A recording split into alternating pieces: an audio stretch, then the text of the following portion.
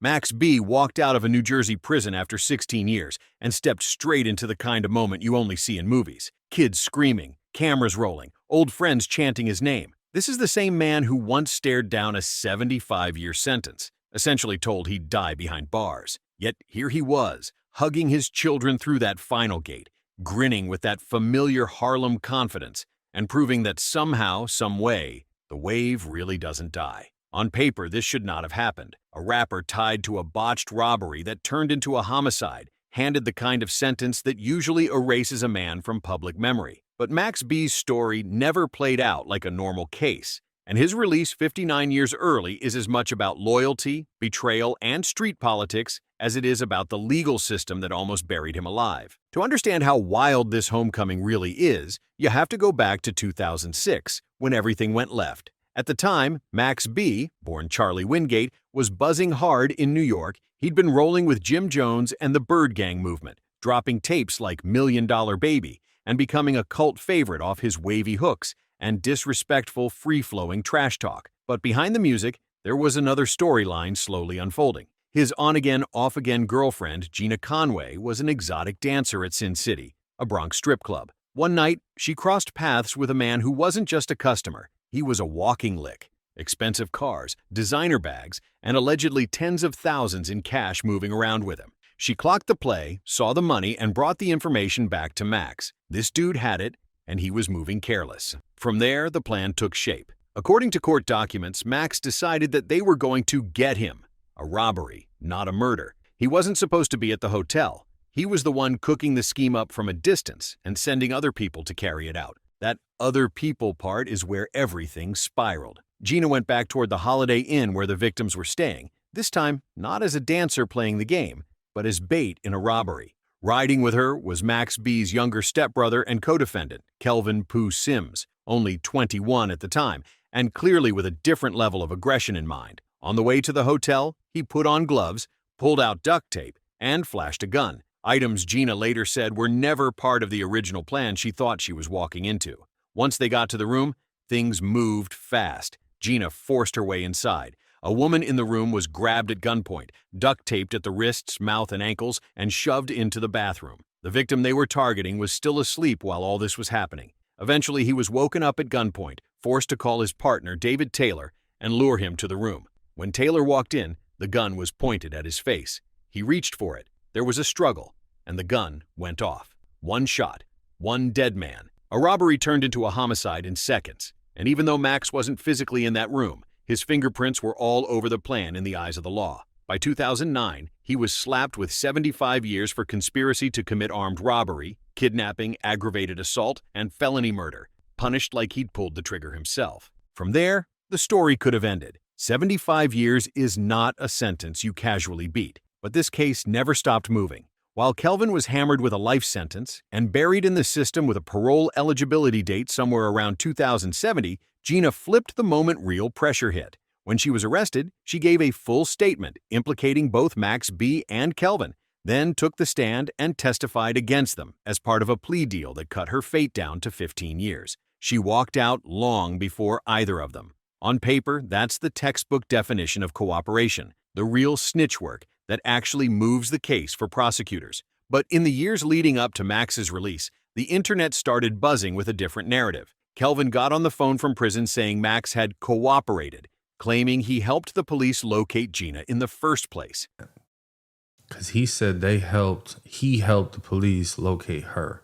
And Max B ended up cooperating with the police and assisting them with helping them locate Gina Conway. So that's what I put out there, and I put that back out. Like I said, we got locked up in 2006. I didn't get my discovery to the end of 2007, and that's when I put it out. I put it out in 2008. Put the paperwork out.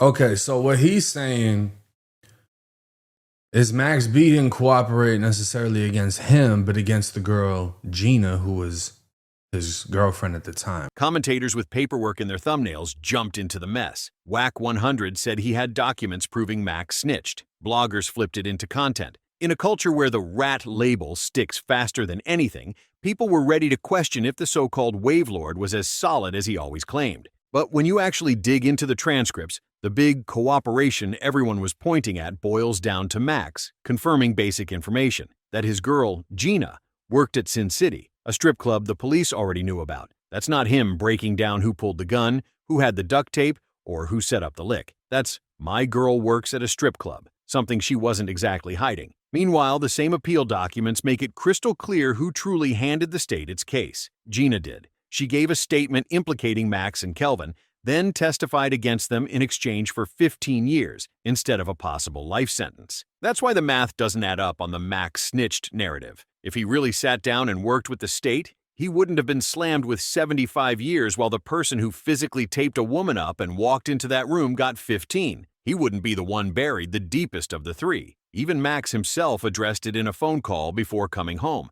basically saying, if he had told, he'd hoped to have gotten less than 20 years. And he's right. Real cooperation earns real discounts. What he got was the opposite, a hammer. The only thing that later moved that hammer was time, legal work, and quietly getting his sentence reduced from 75 to around 20, opening the door for the release date we're seeing now. So when Max B actually stepped out of prison, all that online noise about paperwork and snitching crashed into something more powerful, reality. The cameras caught him walking toward the fence where his kids were waiting. That split second of hesitation before hugging his daughter, like he was trying to process the fact that this moment was real. 16 years is long enough for a child to grow from toddler to teenager, long enough for music trends, neighborhoods, and entire careers to rise and fall. On the other side of the gate, there was laughter, jokes about jeans not being tight enough, and that classic Max B energy slowly coming back to life. Then, as if to remind everybody that his story has always been bigger than just charges and rumors, his day one brother in the industry pulled up, French Montana. Their friendship predates a lot of fans who are only now discovering Max's catalog. These are two guys who came up from the DVD era, from grimy New York stairwells and hand-to-hand mixtapes, now reconnecting with one of them, a millionaire global star, and the other walking out of a 75-year shadow. On camera, French is screaming, "They finally did it! We going to Morocco! We going straight!" It's a celebration, but it also feels like a reset button being hit on a storyline that paused in 2009 and just resumed in 2025. What this really means is that Max B's legacy is about to be rewritten in real time. For years, he was a ghost in the culture. The influence was there in the melodies, the slang, the swagger, but the man himself was stuck making phone-in verses and grainy jail calls. The streets argued over paperwork while his music lived in that underground cult space, legendary but locked away. Now he's free, 59 years earlier than the original sentence said he should be, with a chance to actually tell his own story instead of hearing it filtered through appeals, co-defendants, and YouTube breakdowns. The legal system tried to erase him with a number that was supposed to last a lifetime. Gina tried to save herself by throwing him and Kelvin under the bus. Kelvin, facing the reality of a parole date in 2070, lashed out and pointed the finger at Max on the way down. Meanwhile, Max sat, did his time, worked his case, and walked out to his kids, his day one friend, and a world still arguing about what really happened in a Holiday Inn room almost 20 years ago. He lost 16 years, but he didn't lose the narrative completely. And now, with his feet finally back on free ground, the next chapter of that story won't be written by detectives, prosecutors, or bloggers. It'll be written by Max B himself. And if you know anything about him, you know he's not about to stay quiet.